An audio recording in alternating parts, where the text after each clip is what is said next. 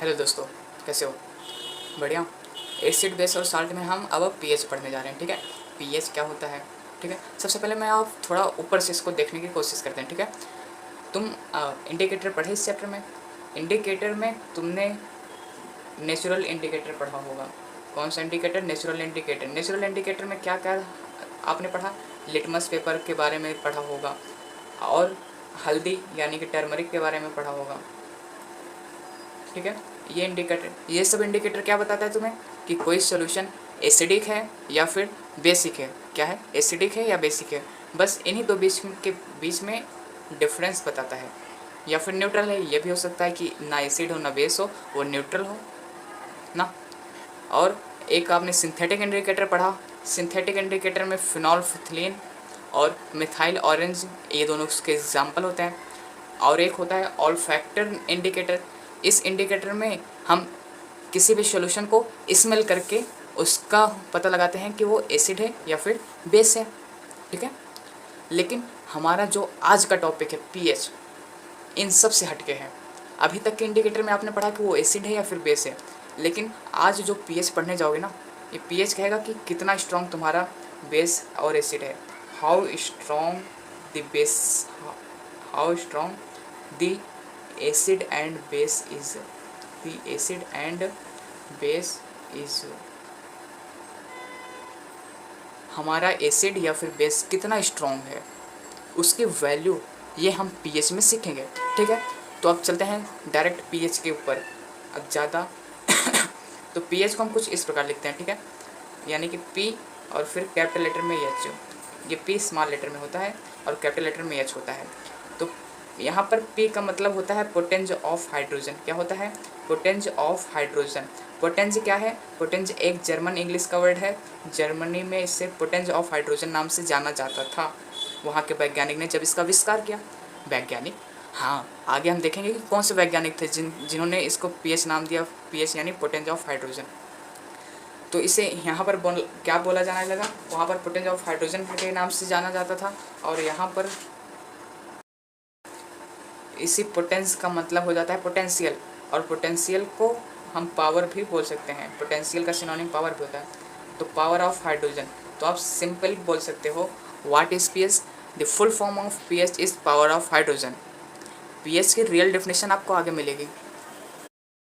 तो मैंने अभी तक आपको बता दिया कि पीएच का फुल फॉर्म क्या होता है, पावर ऑफ हाइड्रोजन। अब मैंने यहाँ पर देखो पेंसिल से लिखा है natural indicator, synthetic indicator, olfactory indicator. Natural में हमने तुम्हें बताया लिटमस पेपर हो सकता है, हल्दी हो सकती है यानी कि टर्मरिक। ठीक है, हल्दी हो सकती है। सिंथेटिक में तुम्हें बता दिया था मिथाइल ऑरेंज होता है, फिनोल्फिथलीन होता है।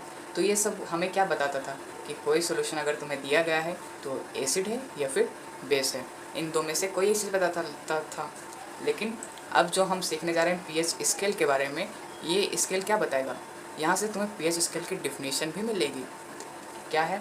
The scale to measure the strength of acid और बेस।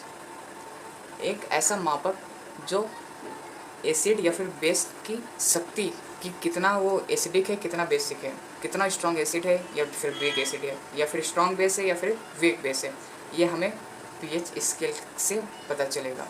ठीक है, अब चलते हैं आगे। Strength of acidic and basic solution. ये पीएच, तुम्हें पता है कि एसिड का नाम कुछ हम यहाँ पर लिख देते हैं। HCl एक एसिड हो गया, H2SO4 हो गया, H2CO3 हो गया, H2SO3, CH3COOH हो गया। तो यहाँ पर H प्लस आयन है, यहाँ पर H प्लस आयन 2 हैं, यहाँ पर H प्लस आयन 1 है, यहाँ पर 2 H हैं। यानी कि एसिडिक सॉल्यूशन में एक्सेस ऑफ हाइड्रोजन आयन होते हैं। हाइड्रोजन आयन की एक्सेस होती है। हाइड्रोजन आयन, यहाँ से एक चीज़ और जान लीजिए, हाइड्रोजन आयन को हम इस प्रकार रिप्रेजेंट करते हैं। ठीक है, H प्लस, हाइड्रोजन आयन माने H plus. The basic solution have excess of hydroxide ion. और जो तुम्हारा बेसिक सोल्यूशन होता है यानी कि उसमें OH माइनस आयन की एक्सेस होती है। एक्सेस मीन्स अधिकता। तो कुछ जैसे NaOH एक हो गया, एक KOH हो गया। इसी प्रकार आपको और भी याद होगा, तो यहाँ पर आप और भी लिख सकते हो। ठीक है, तो यहाँ से ये पता चला कि जो तुम्हारा एसिड होता है उसमें H प्लस आयन की एक्सेस होती है, और बेसिक सोल्यूशन में OH माइनस की अधिकता होती है, एक्सेस होती है। अब थोड़ा हिस्ट्री में चलते हैं इन 1909 में सोरेनसन नाम के किसी वैज्ञानिक ने एक स्केल को डेवलप किया। Developed a scale that is pH scale on which, जिस पर द स्ट्रेंथ ऑफ एसिडिक और basic solutions could be represented. Strength माने किसी भी एसिडिक या बेसिक सॉल्यूशन का स्ट्रेंथ उस पर प्रदर्शित किया जा सकता था। ऐसा उन्होंने एक स्केल बनाया था 1909 में ना। सिंपल सी चीज़ है, कोई मैंने रटाया यहाँ पे नहीं। 1909 में Sorensen developed a scale that is pH scale on which, जिस पर हम एसिड या फिर बेसिक सॉल्यूशन का स्ट्रेंथ रिप्रेजेंट करते थे या फिर रिप्रेजेंट कर सकते थे by making use of hydrogen ion concentration in them. Hydrogen ion की कंसनट्रेशन को पता करके हम एसिडिक और बेसिक सॉल्यूशन का स्ट्रेंथ रिप्रेजेंट कर सकते थे। अब सुनो, अब यहाँ से मेरी आवाज़ को ध्यान से सुनना, ठीक है। पीएच का एक पेपर होता है स्ट्रिप, जो आपको यहाँ पर दिख रहा होगा अभी ऊपर फोटो में, ठीक है। तो इस स्ट्रिप को, इस पेपर को जब हम सॉल्यूशन में डुबाते हैं तो डुबाने के बाद डिफरेंट कलर आते हैं हमारे पास, ठीक है। डिफरेंट कलर कैसे, देखिए यहाँ पर डिफरेंट कलर आपको ऊपर फोटो में दिख रहा होगा। तो डिफरेंट कलर्स आते हैं। जब हम स्ट्रिप को सॉल्यूशन में डुबाते हैं तब वहाँ पर जो कलर आता है उसे हम इस डिफरेंट कलर में मैच करते हैं कि वो 0 वाले कलर से मैच कर रहा है कि 1 वाले कलर से मैच कर रहा है या फिर कौन से कलर से मैच कर रहा है। और जिस कलर से मैच कर रहा होता है हम उसका नाम रख देते हैं कि यही है, माने यही उसका पीएच है, ठीक है। तो इस प्रकार के कुछ पीएच पेपर होते हैं, ठीक है। तो यहाँ से आपको पता चला कि यहाँ से सिंपल सी भाषा में मैंने यहाँ तक बता दिया, ठीक है। सोरेनसन ने फिर एक फार्मूला दिया, ठीक है। क्या फार्मूला दिया, pH power of hydrogen is equal to minus log H plus base 10। इसे ऐसे पढ़ा जाता है, क्या पढ़ा जाता है, pH is equal to minus log H plus base 10, ठीक है। इसी चीज़ को मैंने यहाँ पर इंग्लिश में लिखा है और यहाँ पर तुम इससे कह सकते हो कि ये डिफिनीशन है किसका, डिफिनीशन ऑफ पीएच है। अगर आपसे कोई पीएच की डिफिनीशन पूछता है आप डायरेक्ट ये डिफिनीशन बोलो, खड़े होकर स्टैंड अप होकर क्लास में बल्ले बल्ले हो जाएगी। तो यहाँ पर pH is defined as the negative logarithm of hydrogen ion concentration। यहाँ पर देखो नेगेटिव, ये देखो नेगेटिव लिखा है, logarithm of hydrogen ion, logarithm of hydrogen ion, ये हाइड्रोजन आयन यहाँ पर होगा ना इन सोल्यूशन, वही तुम्हारा क्या होता है, pH होता है। तो इसी चीज़ को मैंने यहाँ पर इंग्लिश में लिखा है ना, देखो ध्यान से, द नेगेटिव लोगेरिथम जो होगा निगेटिव में होगा of hydrogen ion, hydrogen ion का नेगेटिव लोगेरिथम, हाइड्रोजन आयन का नेगेटिव लोगेरिथम हम लेंगे, उसे हम पीएच बोलते हैं इन अ सोल्यूशन, किसी सोल्यूशन का या फिर किसी सोल्यूशन में। तो ये पीएच हो गया तुम्हारा, ठीक है। और ये जो तुम्हारा पीएच स्केल होता है, अभी मैंने दिखाया ना पीएच स्केल कहाँ से कहाँ तक होता है, यहाँ तक देखो ध्यान से, 0 से लेकर 14 तक। तो जो तुम्हारा यहाँ पर मैंने लिख भी दिया है, the pH scale has values from 0 to 14। अगर तुम्हारा पीएच 7 से कम आ रहा है, ठीक है, ये क्या है, pH if pH is less than 7 then solution is acidic. तुम्हारा pH जितना कम होगा उतना ही एसिडिक तुम्हारा सोल्यूशन होगा। अगर 7 से कम है 6 तो एसिडिक है, 5 उससे भी ज़्यादा एसिडिक है, एसिडिक माने खट्टा, ठीक है। और if pH is equal to 7 the solution is neutral. यदि तुम्हारा pH 7 के इक्वल आ गया तो तुम्हारा सोल्यूशन क्या होगा, न्यूट्रल होगा। और अगर pH 7 से ज़्यादा आ गया तो वो अल्कलाइन होगा। अब यहाँ पर भैया अल्कलाइन क्या होता है, कोई ये नया वर्ड नहीं है। जब किसी हम बेस को वाटर में हम सोल्यूबल कर देते हैं, वाटर में मिला देते हैं किसी बेस को वाटर में मिला देते हैं तो जो सोल्यूशन तैयार होता है उसको हम कहते हैं अल्कलाइन सोल्यूशन, ठीक है। बेसिक सोल्यूशन कह दो, ठीक है, वो दोनों सेम ही है। यहाँ तक समझ में आया हमने क्या क्या बताया अभी तक। मेन चीज़ यहाँ से शुरू है, ठीक है। कॉन्सेप्ट तुम्हारा 1909 में सोरेनसन नाम के वैज्ञानिक, और ये सोरेनसन थे कहाँ के जानते हो, डेनमार्क। ऊपर तुम्हें मैप दिख रहा होगा, ये डेनमार्क का ही मैप है। तो सोरेनसन ने एक स्केल बनाया जिस पर हम किसी सोल्यूशन की एसिडिक या बेसिक स्ट्रेंथ को हम माप सकते थे, मेज़र कर सकते थे by the help of hydrogen ion. फिर उन्होंने ये फार्मूला दिया, power of hydrogen is equal to minus log H plus base 10, ठीक है। अच्छा, ये बेस में 10 क्या, तुम्हारे पूरी केमिस्ट्री में और फिजिक्स में कहीं भी जहाँ भी तुम्हें लॉग का यूज़ मिलेगा सब जगह लॉग का बेस 10 में ही यूज़ मिलेगा। उसके अलावा मैथ में तुम्हें 10 के अलावा और कुछ मिल सकता है, नहीं तो पूरे फिजिक्स और केमिस्ट्री में लॉग का जहाँ भी यूज़ होगा वहाँ पर बेस में 10 रहेगा और ये अंडरस्टूड रहेगा, ठीक है। अगर तुम केवल लॉग एस प्लस लिखते हो, बेस 10 नहीं लगाते हो, तो फिर भी मान लिया जाएगा कि यहाँ पर बेस 10 है, ठीक है। और इसे हम कॉमन लॉगरिथम भी बोलते हैं, ठीक है, सॉरी, कॉमन लॉगरिथम। और यहाँ पर मैंने पीएच का डेफिनेशन बता दिया। पीएच स्केल 0 to 14 होते हैं। अगर 7 से कम है तो एसिडिक, 7 से ज़्यादा है तो बेसिक या फिर अल्कलाइन। अगर 7 के इक्वल है तो न्यूट्रल। 7 के इक्वल कौन सा वाटर होता है? डिस्टिल्ड वाटर, जो आरओ का पानी पीते हो ना, वो उसका पीएच 7 होता है। हमारा पीएच स्केल कुछ इसके बारे में अभी मैं बताता हूँ, ठीक है। उसके पहले आप यहाँ पर देख लीजिए। अगर आप इसे अपने कॉपी में बनाते हो, कभी कभी क्वेश्चन इस प्रकार का पूछा जा सकता है, जो हमारे पेट में जो गैस्ट्रिक जूस निकलता है, जो हमारे पेट में खाने को पचाता है, उसका पीएच क्या होता है। तो यहाँ पर अप्रॉक्स का चिन्ह लगा, वो अप्रॉक्स 1.2 होता है। लेमन जूस, नींबू के रस का पीएच कितना होता है? 2.2। प्योर वाटर या फिर जो ब्लड है उसका पीएच ये लिखा है। तो इस पीएच को आप अपने कॉपी में अच्छी तरीके से नोट कर लीजिएगा। हम आगे बता दें कि सोरेनसन ने और क्या क्या अपने एक्सपेरिमेंट में बहुत अलग किया था, जिससे हमारे न्यूमेरिकल सॉल्व करते वक्त बहुत ज़्यादा यूज़फुल साबित हो जाते हैं। तो उन्होंने बताया था कि पीएच ऑफ ए सोल्यूशन, ये तो अंडरस्टूड है, the pH of a solution is inversely proportional to concentration of hydrogen ion. समझ में आया? PH of solution is inversely proportional to concentration of hydrogen ion, यानी पीएच जितना ज़्यादा होगा, पीएच जितना ज़्यादा होगा, सॉरी, जैसे कि आप यहाँ पर देख सकते हो ये 0 दिख रहा है, 0 से 14 तक, यहाँ पर 7 आया, यहाँ तक 14। तो जितना ज़्यादा पीएच होगा उतना ही कम तुम्हारा एच प्लस का कॉन्सेंट्रेशन होगा। देखो एच प्लस यहाँ पर 0 पर बहुत ज़्यादा है इसकी कॉन्सेंट्रेशन, और जैसे जैसे पीएच बढ़ रहा है वैसे वैसे एच प्लस आयन की कॉन्सेंट्रेशन घटती जा रही है और 14 पर एकदम घट गई। वही लाइन यहाँ पर लिखी हुई है कि the pH of solution is inversely proportional to concentration of hydrogen ion in it. Simple सी बात है, पीएच जितना ज़्यादा एच प्लस आयन उतना ही कम। देखो आगे बढ़ता जा रहा है और कम होता जा रहा है, ठीक है। और सोरेनसन ने कुछ अलग जो किया था इसके बारे में मैं छोटी से सिंपल सी बात बता देता हूँ। इन्होंने H2O जो तुम्हारा पानी होता है उसको डिसोसिएट किया। डिसोसिएट माने उसमें इलेक्ट्रोड लगाकर उसमें इलेक्ट्रिसिटी पास की, वैसे ही जैसे डिसोसिएशन होता है।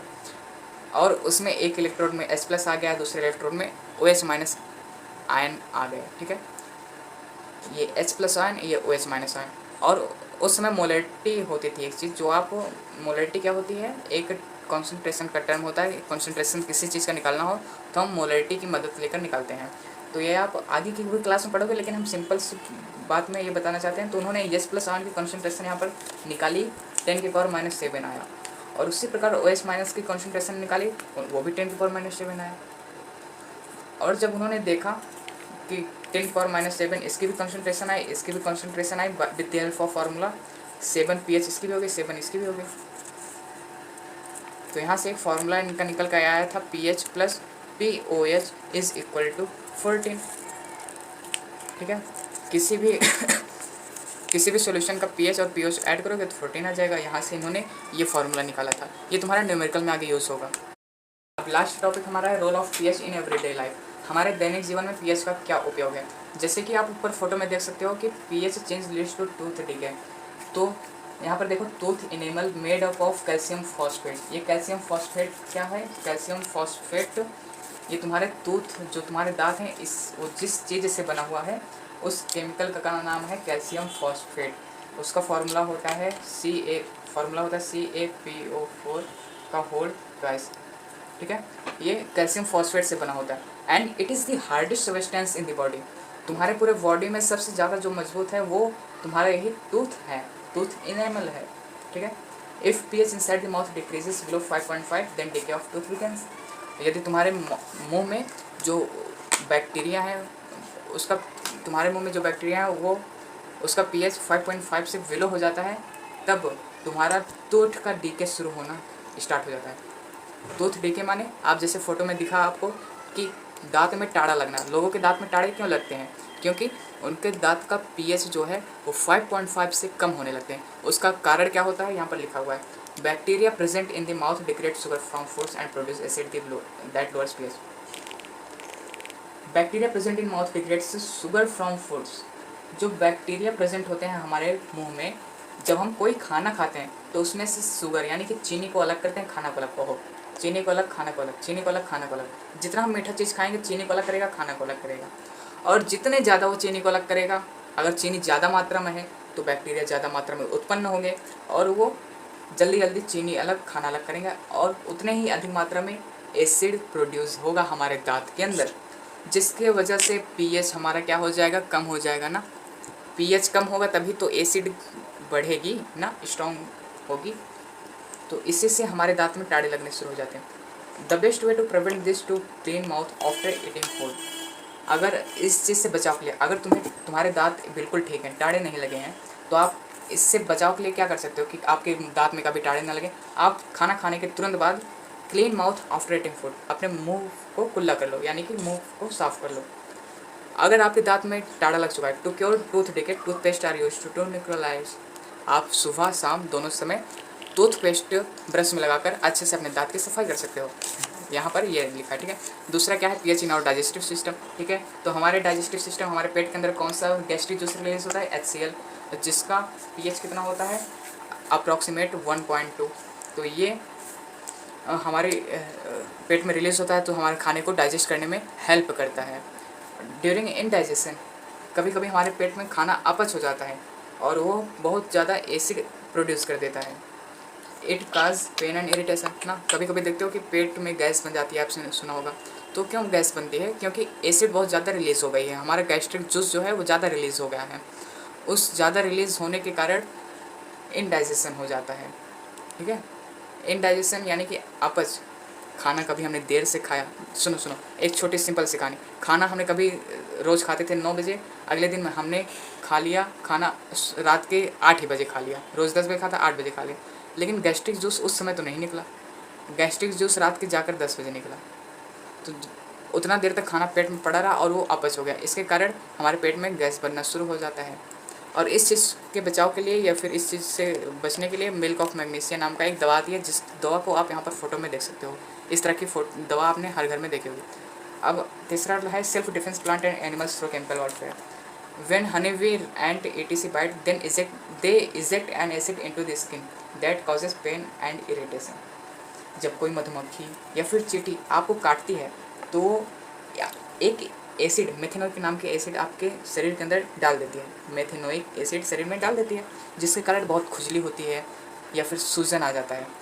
इससे बचाव के लिए हम माइल्ड बेस का उपयोग करते हैं ना। किसी के हाथ में काट लिया तो सूजन आ जाता है, एकदम 2.5 किलो का हाथ दिखने लगता है, तो जैसे ही काटा है तो वहाँ पर हम माइल्ड बेस का यूज़ कर सकते हैं। माइल्ड बेस क्या होता है, सोडा या फिर बेकिंग सोडा, ठीक है।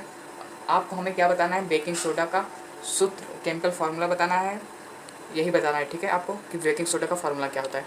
नेक्स्ट वीडियो में हम न्यूमेरिकल पढ़ेंगे पीएच के ऊपर, ठीक है।